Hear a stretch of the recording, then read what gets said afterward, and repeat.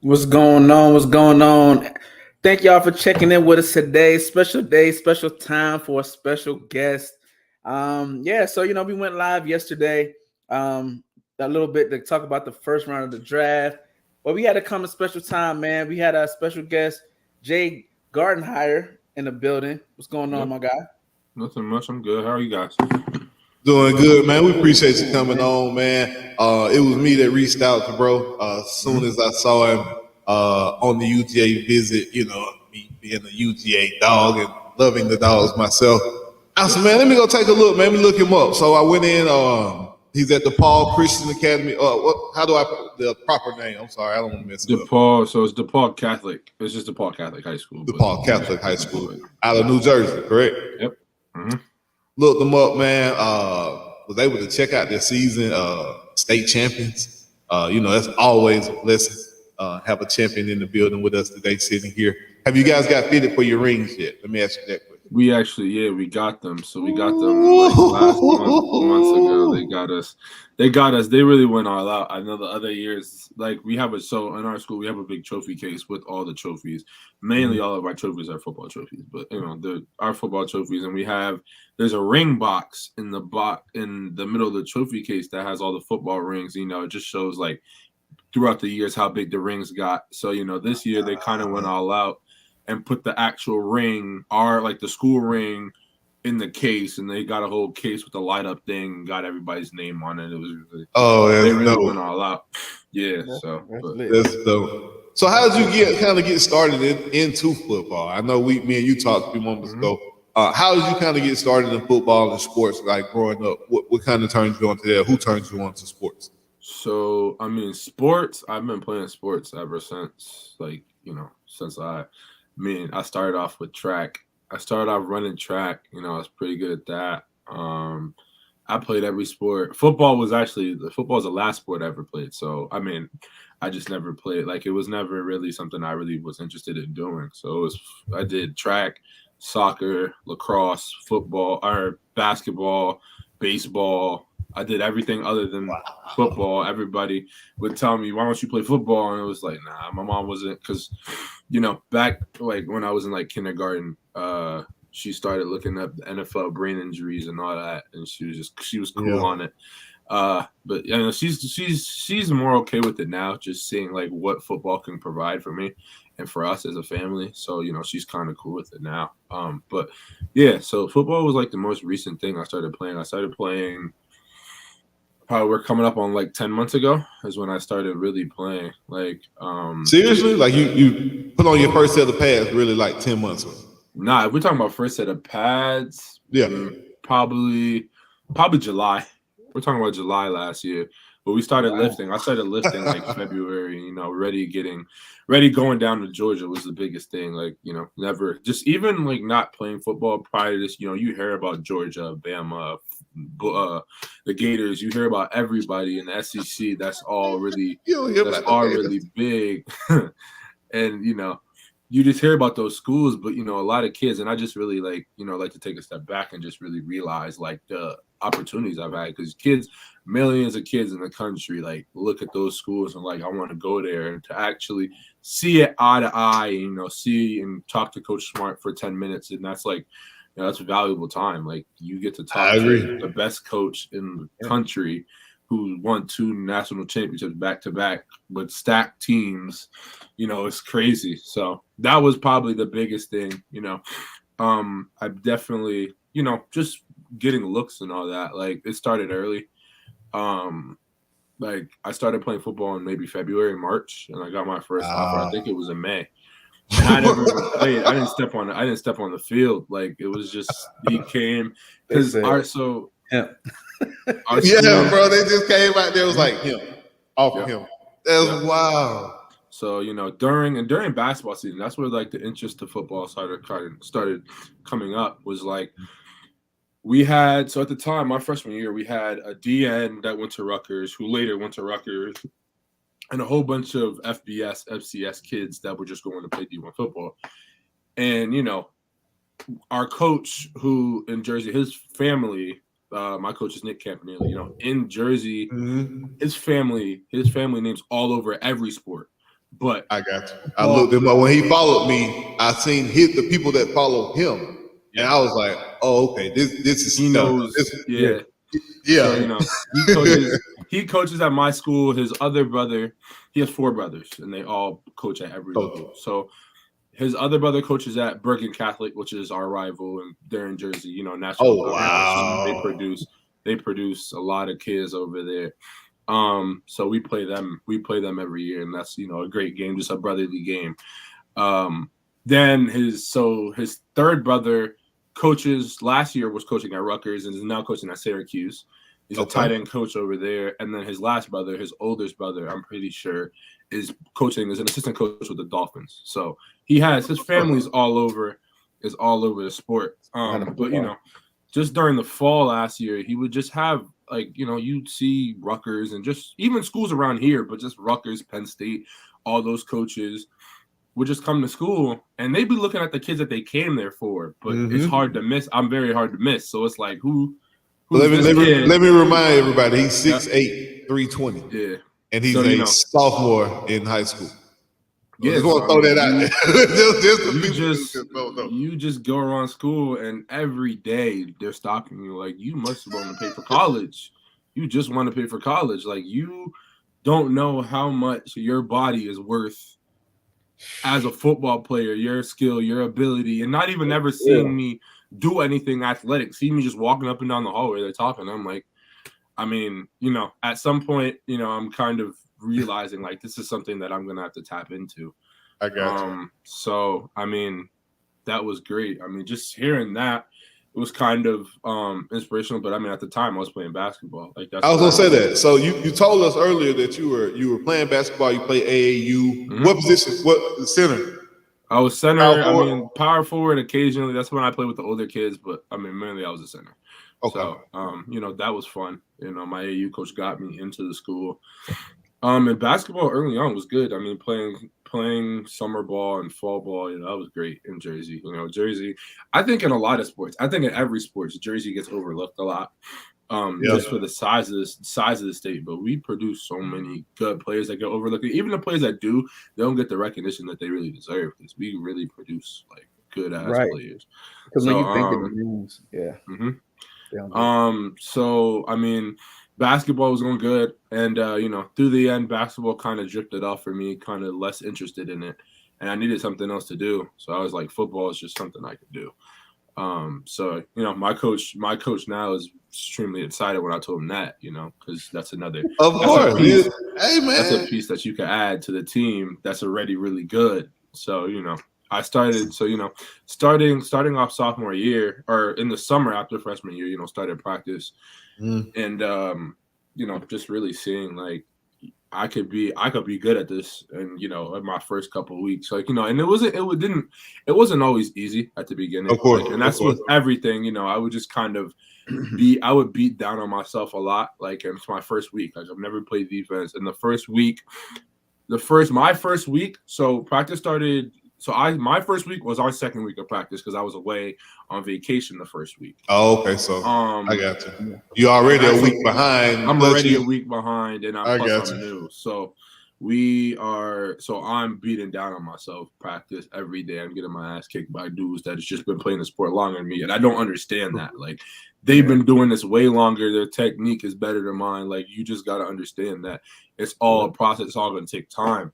So slowly understanding that you get better to the point where you're getting reps with the starters and you're doing all that, and it's like, okay, well now I'm fine because I can compete at somewhat close of a level as them.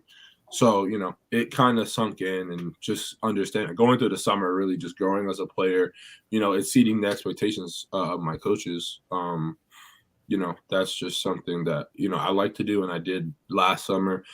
And, throughout this offseason right now that we're in, just doing that currently, it's pretty interesting. It's interesting, and it's also just something I expect myself to do. Like I'm starting to hold myself to a higher, football standard. Yeah. I got you. Going down to Georgia and seeing all those guys, like, going, when my first visit was Rutgers, and those guys are big. But when you go down to Georgia, everybody is that big. Like, you have to realize, like, you're big over here, but once you go down there, you're not that big. You're just one of the guys.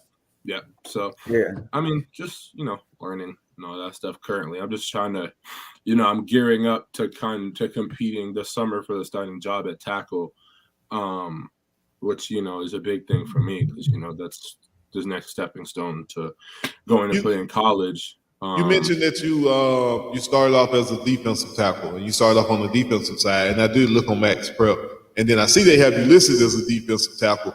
Yeah. Is there any interest on the next level at playing defensive tackle, or are we strictly looking at going, I want to play left tackle, I know I want to play left tackle, that's what I want to do? How do you feel about playing both sides of the ball? I mean, I know right now they're kind of reserving me just for left tackle. I think probably just because it's my first year, so they're not really trying to have me. My second year starting, but first year starting, it's kind of like they just want me to kind of stay. But I know senior year, if I can, and if I definitely feel up to it, which I probably will, I can play at both sides. I definitely can. That's where I started off, and I switched the second week of the season. So, but I mean, I can play both sides. What you like, just naturally? What do you just like more? Just more so fun? Far, I mean, right now I've been playing, like, more recently. I've been playing more tackle. Like, I've been training my time. I've been doing more O-line shit. But I mean, if you ask me before the offseason, probably defense. Defense is just more fun. There's less rules. You don't really have to abide by everything that you have to do on offense. Like, there's no one to protect on offense. On defense, like, offense, you got to protect and do all. Yeah. Which, I mean, now it's not as hard, and it's not like I'm not overthinking it as much. But before, like, I didn't like it. But I mean, that's where the money is. So I was just about to say. Now, go ahead, Steve. Go ahead, Kirby. No, go ahead. So, like you were talking, right? And hopefully the people that see this, especially, younger players that are in high school, middle school, they picked that gym you dropped. I don't know if you realize you did. You said football was last. Like, you did track, you did soccer, you did basketball, you did all these sports. And I think nowadays, just because money, the opportunity is the focus of going to a sport.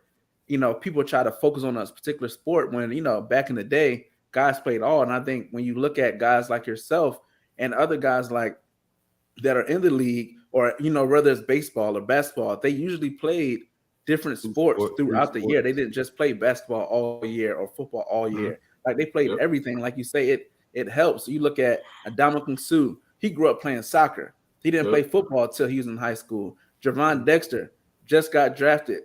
He ain't played football until his junior year in high school, and he came out a 5-star. You know what I'm saying? So it's a lot of guys who don't spend all day, every day training for a particular sport. Like, it's like, be a kid, man. Have fun. Play all the different sports. So by the time you do decide what you really want to do, you're like, basketball was fun, but I really like this football joint. You know what I'm saying? And that's a good lesson that you've lived. You know what I'm saying? And starting to experience now. Go ahead, Steve. So, Jay, you guys looking at your season, I know you said you put on your first pair of pads last year in July. Yeah, you look into your season, you guys started off, I think it was 0-4, 3-1. We started off, so, talking about this season, it's great. I mean, I think if you were to ask us halfway through, I mean, we stuck together, but, we definitely, it was a real test. I think with that group, you go from the year prior, you go from such a dominant group of just seniors that, really ran the starting 22 and, really just ran it. And, they made it to the state championship. They didn't win. So, kind of, just getting that back for them, kind of doing this for them, but also just doing it for us, because really, and I don't think that us as a team, we really like to read into the media and really I don't think that really bothers us as much as a team. Even this season, I'll mention a whole bunch of instances where, we were not heavy underdogs. And, we showed that, that's not really us. But I think going into the season, there was a lot of question marks. Like DePaul Catholic football definitely had a big question mark on his back. People didn't know you go from such a dominant group and you lose seniors, and now you have 5 starters coming back that are going to be seniors. You're kind of thinking you have a whole bunch of players that you don't know what's going to happen and what they're going to do. You have sophomores starting, you have juniors starting. I mean, a quarterback, you had a freshman start halfway through the season, come in and clean the whole show up, and do all that. And we're grateful for that. We're grateful for our quarterback Derek Zammit. He's a very, very, very smart kid. He knows what he's doing, and we're really happy to have him. But I mean, definitely, we started out the season 0-3. Our first game, we played St. Joe's regional. That's there in Jersey. And that was halftime. The score was 35-10. We were down 25 points. Final score, we lost by, I forget what final score was, but we lost by 3. We scored 21 points, 28 points in the second half, and really cleaned it up. But I think, those first 3 games that we lost to St. Joe's, we lost to St. Peter's, another very good team last year. We lost to Archbishop Stepinac from New York at Rutgers, which is, on MSG and all that. And they really. Oh, wait, so you got to play at Rutgers Stadium? Yeah, we got to play at. How was that? Stadium. It was great, just getting the whole experience. Walking down the tunnel, we in the locker room, blah blah blah, all that. It's different. And just, everybody kind of seeing everybody, everybody around us. And it wasn't like it all crumbled, everybody outside the team kind of crumbled. But there, when you lose, when you lose 3 straight games, nobody, we were previous to the season, we were the 7th best team in the state. We dropped to 27. Yeah, after those 3 games. They write you off fast, bro. They write you off real fast. And then, we roll into game 5, we're 1-3. You're literally not supposed to come back from that. You're 1-4, you don't come back from that. And to really clean up the season and go 6 for 7 in the rest of the regular season and win every playoff game, with the adjustments that we had to make, with everything that we had to do, practice and all that, it's a real testament to, and I think it's a testament to our coaches. We have great coaches. We have coaches that really care, and they're not. I know a lot of people say their coaches aren't there for the money, but our coaches are really not there for the money because they do not get paid that much to be our coaches and spend all the time with us, practice, run through practice plans, game plans, lift us, run us, even just spend off time with us, travel with us. We went to Pennsylvania a whole bunch of times, a whole bunch of schools around Jersey. We went to MetLife to go play in the state championship. You spend so much time with these kids that you don't they're underappreciated, and people don't really realize how valuable these people. We had numerous coaches, that played at the next level, at college level. My head coach, his resume is stacked. Extensive. Our defensive coordinator, extensive and stacked. Our defensive coordinator, Coach Sheed, he's a crazy guy, but we all love him. We all love him. The defensive coordinator be wired. They always crazy, but we love him. He really wants the best for us. He's really our down-to-earth type of coach. He'll really just let you know what it is, and he doesn't really care. But at the end of the day, he's not doing it to be rude or be mean or hurt your feelings. He's doing it because he wants you to be a better player. You got a great mindset, bro. You got a very coachable mindset. You probably hear that all the time, being coachable. You can tell, man, when a player knows the difference between coaching and a personal attack and knowing yo, my coach loves us, bro. At the end of the day, he's out here, like you say, he's busting his butt for us. That's love. And to know that you're going to get there, like you say, Kirby Smart probably one of the most intense coaches in the country, like on both levels. Hearing him in their meeting was, he wasn't letting it rip, but he was just letting, like, he's a real raw person. Like, he'll let you know what it is. You gotta appreciate that. Yep. So how does that feel? Like, you going from July, you putting on pads, you go through your season, you guys win the state championship, and then during that process, now you get to go to a visit at the University of Georgia. Like, how does that just feel, like, this as a personal, like yourself as a personal accomplishment? Because you just started playing football. You literally just started, and it's guys who we've interviewed who've been playing all their life and they haven't got one offer or trying to get offers. So how does that feel, man? How do you take all that in? I mean, if you told me in January to February that I would have 2 offers and be recruited by so many different Power 5 schools and meet so many coaches and them come to school and come talk to me, and even me fly down to Georgia and go watch their practice and visit them, I wouldn't believe it. Like, it's crazy. And we haven't even hit a whole calendar year of me playing football. And we're already at this level. We're already at this stage. So imagine after next season or my senior year, it's going to be crazy. But I think, definitely it's a humbling thing. You kind of just think, like, there are a lot of players on my team and a lot of players that just I've met and, I've interacted with that, I realize that I'm not lucky, because I don't really believe in luck. Like, everything's supposed to happen for a reason. So, like, I just get to have these experiences and do these things. Like, today, I was at the Under Armour underclassmen. You told me that. How was that? How was the experience to deal with that? I know you probably around a lot more alphas, and you out there by yourself. How does that feel? That was a great camp. I mean, it was at my school, so I mean, it was pretty easy to get to. And my coach, pretty much all coaches were running it, and some ex-players, some old players from my school a long time ago were running the camp too. So it was fun to see my coaches, in a different environment other than coaching a whole bunch of the best players in the Northeast, but really in Jersey, you get a lot of those players, and you're really just competing against them. You really just get to see all the great players around you. Like, I went up against some pretty good DNs today.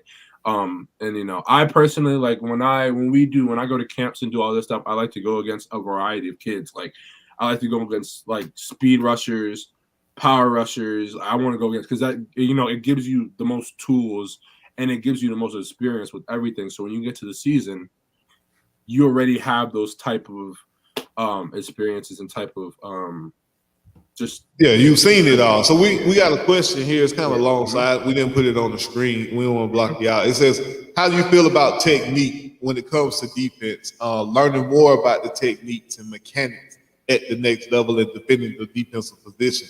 I guess that kind of ties into what you were just talking about. How do you feel like on the next level? I guess what are you doing to prepare yourself for those different techniques? So me personally, I'm not preparing myself to really play defense, because I can, but it's like, we know it. Offensive tackle, yeah, man. You look at the draft, you see. We see it. Yeah. Mm-hmm. But I think, me going down to Georgia, really just seeing, and I was really paying attention to the offensive tackles and just the whole line, but really offensive tackles, and seeing, a player that I kind of really keyed in on was Amarius Mims. He's a really big, he's 6'8", but he's like 330, but he has like the hips of a wide receiver. Like, he's agile and can move, and he has all the big tools that he really needs. But seeing that, in high school, our coaches prefer us to be in a 3-point stance. Like, nobody in college plays in the 3. Like, everybody's in a 2. Everybody's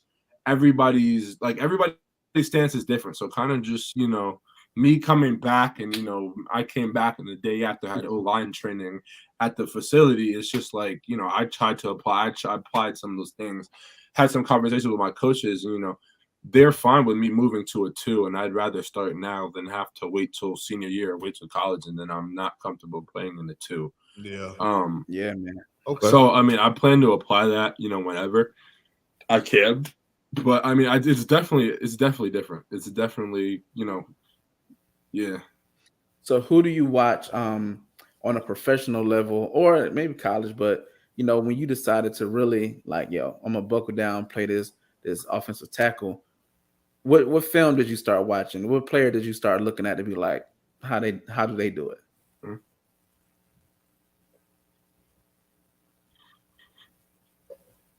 Oh, can you hear? Can you hear?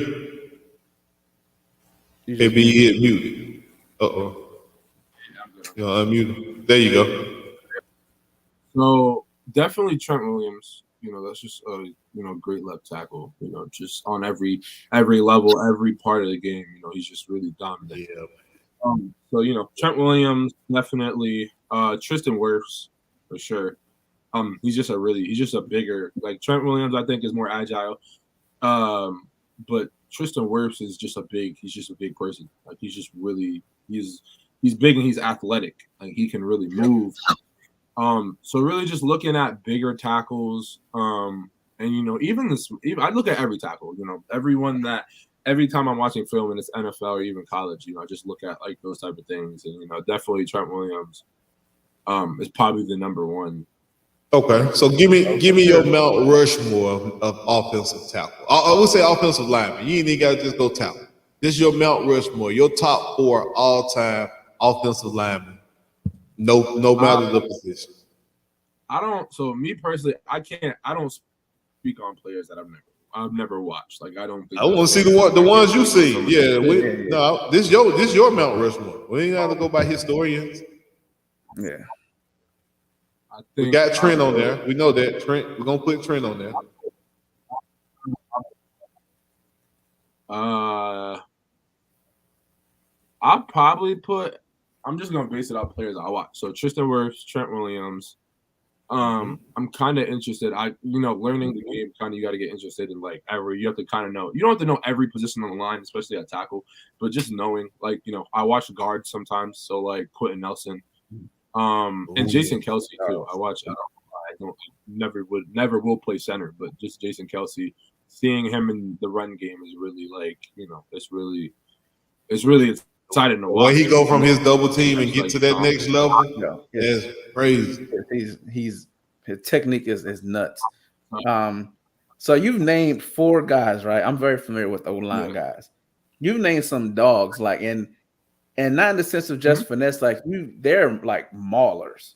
Like those guys are maulers. So if we were sitting back and be like, yo, man, this Jay, what kind of tackle is he? Are you a more of a, I'm a finesse you, get you down, you know what I'm saying, whatever, or are you a mauler? We both going to the dirt every time. So I think prior, so in the season, I was more of just, I'm gonna push you. Like I'm not gonna really get in a dog fight with you. I'll beat you, but I'm not gonna kill you. And then now, kind of like realizing that you kind of gotta be that guy on the field that's gonna be rough, and because that's just a way that you just get players not to come back to you, not to try different things. Like I realized, in one-on-ones, just a player beat me inside, and I pushed him, like I was square with him, with just pushing him to the ground. And one of my coaches, because it was at my school, one of my coaches came up to me and was like, "No, you got to finish that." Because think about it, if you're in a game and you let him get inside and you don't finish that, he's gonna come back inside.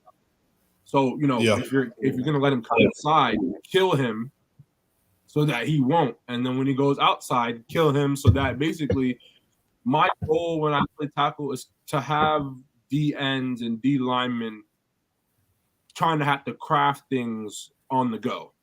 Because when you have to craft things on the go, it's kind of like it's harder for them to kind of like. For me, it's easy because I know you're gonna do something that you're not comfortable with. I want you to go so deep in your bag that you don't even that now your moves are just they're not good because all your other moves are eliminated. So that's my kind of goal. I think now I'm becoming more of the both of us are going on the ground and somebody's gonna win. It's not gonna be you know who you should watch. I don't know if you have already. Paris Johnson Jr. just got drafted from Ohio State. Look at his high school film. By far the most aggressive offensive line I've ever seen in my life. I mean, I wanted to punch him through the screen for them other kids. I was like, yo, hey, man, he's a savage, bro. He's a savage. Mm-hmm. Yeah, man. So that's what's up. So technique-wise, and like I said, I'm big on technique and all that stuff. What did you learn from like the Under Armour Academy, right? Like you're new to the position. You're probably going against guys who've played since they were 5, 6. How was your experience just going against those different guys up there? So, I mean, I think I definitely had an edge on all the other players there, offense or defense, just having my O-line coach be there because he was helping run the camp. And he would kind of give me little things to just look for. I think, recently we do, so at my school, my team does 5 a.m. college practices in the morning where all the players will have a college practice at 5 o'clock with all the coaches can come and we'll do all that.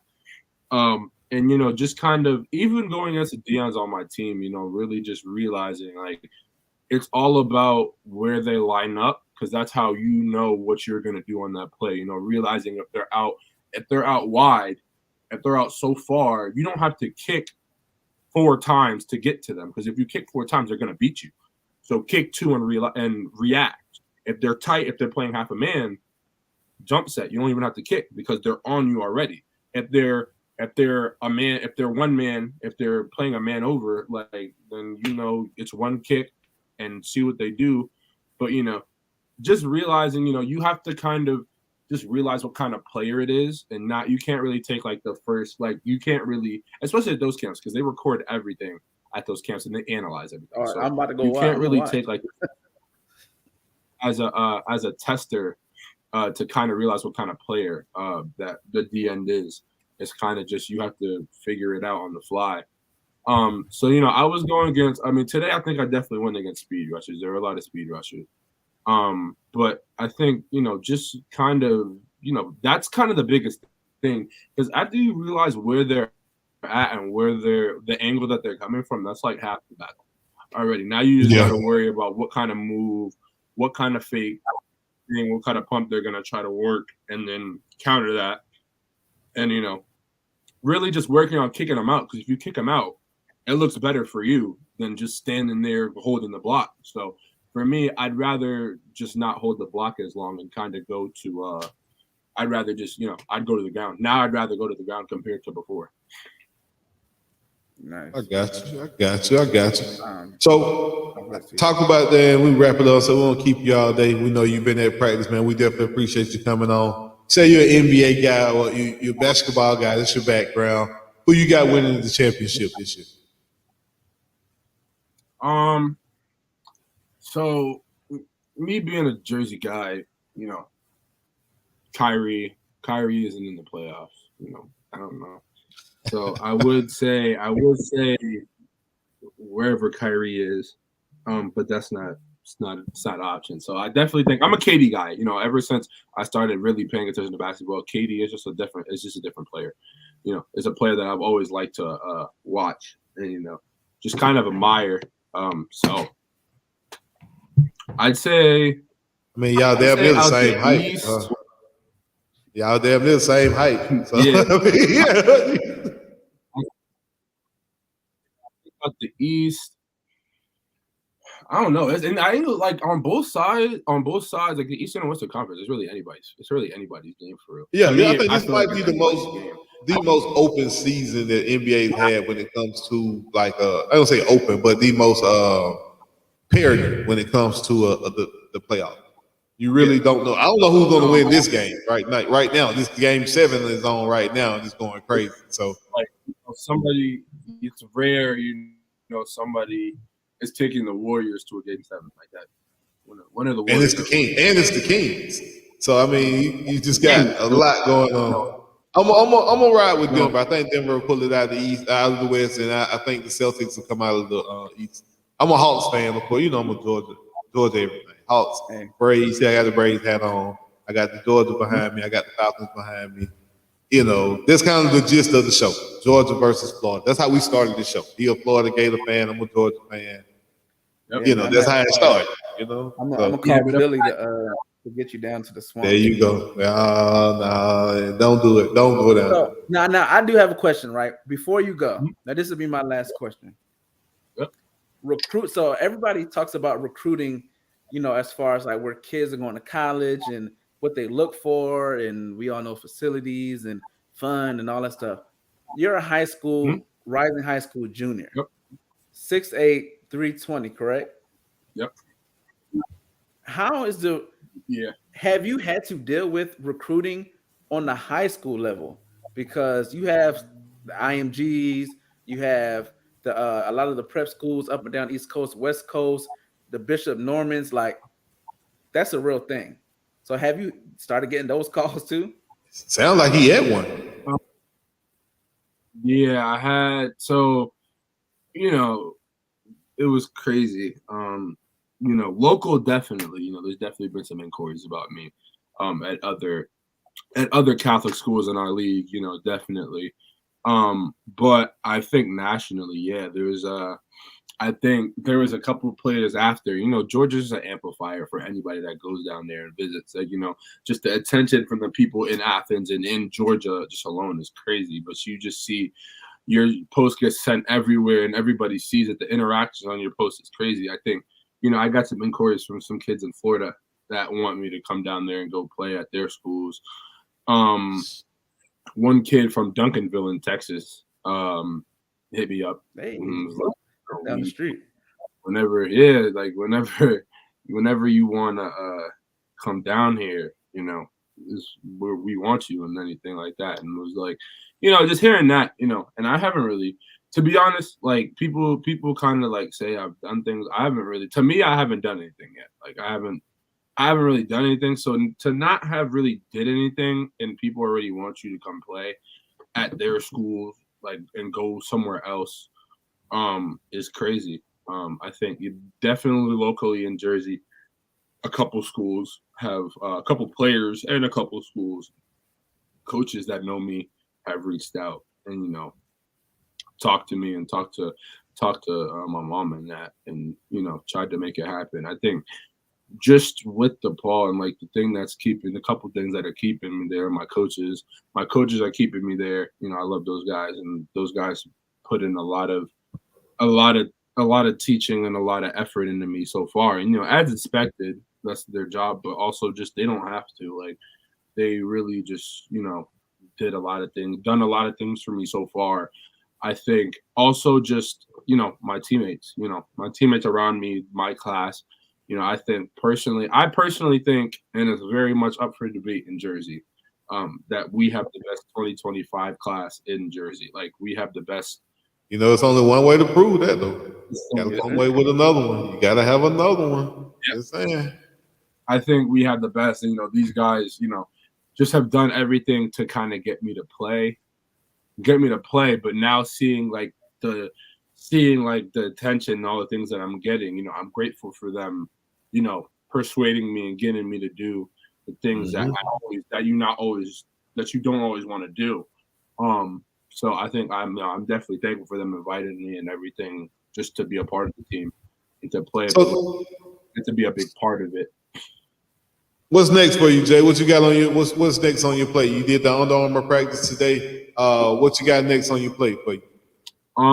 So I plan to go down to Pitt in West Virginia. You know, the schools I definitely want to so the schools just locally that I want to definitely visit. And then I plan to go back. I plan this summer to have a big trip down south and just hit all the big SEC schools down in the south. So, you know, I know we've had a couple SEC schools come to school recently, you know, invite me to camps. You know, we had University of Texas come to one of our workouts, and, you know, they invited a whole bunch of us to go down to Texas, go down to UT early in June and have like a combine day, and then have like a big recruiting outing day at the university with the players and all that. So, we have a couple of things lined up. Definitely more to come. But that's what's up. Well, man, we're gonna be watching. We definitely praying for you, man. The best for you, and the best decision, whatever it is, the best situation for you to prosper, man, and go on and accomplish all your dreams and everything you hope, man. I hope it's at Georgia, but hey, if not, man, I'm gonna root for you regardless, bro. We're gonna root for you regardless. For sure. And remember, man, through this process, because it's about to get real business. Have fun, man. Like, have fun. Take advantage of the opportunities they give. They want to fly you out, you know what I'm saying, to feed you and entertain you and take the trip, have fun, you know what I'm saying, and live it up, man. Y'all got unlimited OVs now. They changed that. So, man, I tax them every time. All over. And everywhere. I mean, and that was kind of something that I'm talking to some of my players, some of the players that have offers and are all, we're kind of talking about and kind of thinking ahead, like, what commitment time is looking like and all that. And I was like, and they're thinking of the time. And me personally, I'm like, bro, I'm planning to go to as many schools. Yeah, enjoy it. I guarantee you, I would let them court me as long as they could. You know what I mean? And then when that time has come, and when they get I find the school, I would do the silent commit and still just keep on rocking. You know what I'm saying? I definitely would let the coach know though, so he ain't going to get my spot up or going my scholarship not going. Sure. I'm gonna have a silent commit in plan. But man, when you do commit and you do finally make that decision, man, we love to have you back on after that to talk about what went into your decision. We'll keep following you, man, this season. We're gonna check you out. Check out DePaul, man. Keep watching you guys. And you say you guys got the best classes in the state of New Jersey. So hopefully I'm gonna be watching you hoist another state championship come around October, December. So again, man, we appreciate you coming on, man. Toe2Toe, man. We're gonna keep up with you, keep watching you, man. And yeah, man, I'll be hitting you up, man, letting you know, checking in with you after your game to see how you doing too. All right. Thank you. Thank you. Man, we appreciate you, man. Tell the people where they can find you at, man. If anybody want to reach out to you on your social media, if you want to give them anything to find you on, your highlights, let the people know where they can get you at.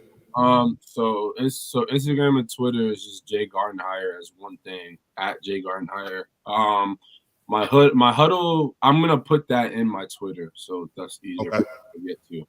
And that's pretty much everything I use. I don't really use my on three, my rivals, all that stuff should be that'll be on my bio as soon as I get to it, probably tomorrow. But yeah, those are the way people can get to me. People can reach out to me, if they have any questions or anything, I'm definitely open. I'll definitely respond for sure. Cool, man. Well, thank you, man. I appreciate it, man. I tell your coach, man. I appreciate him, man.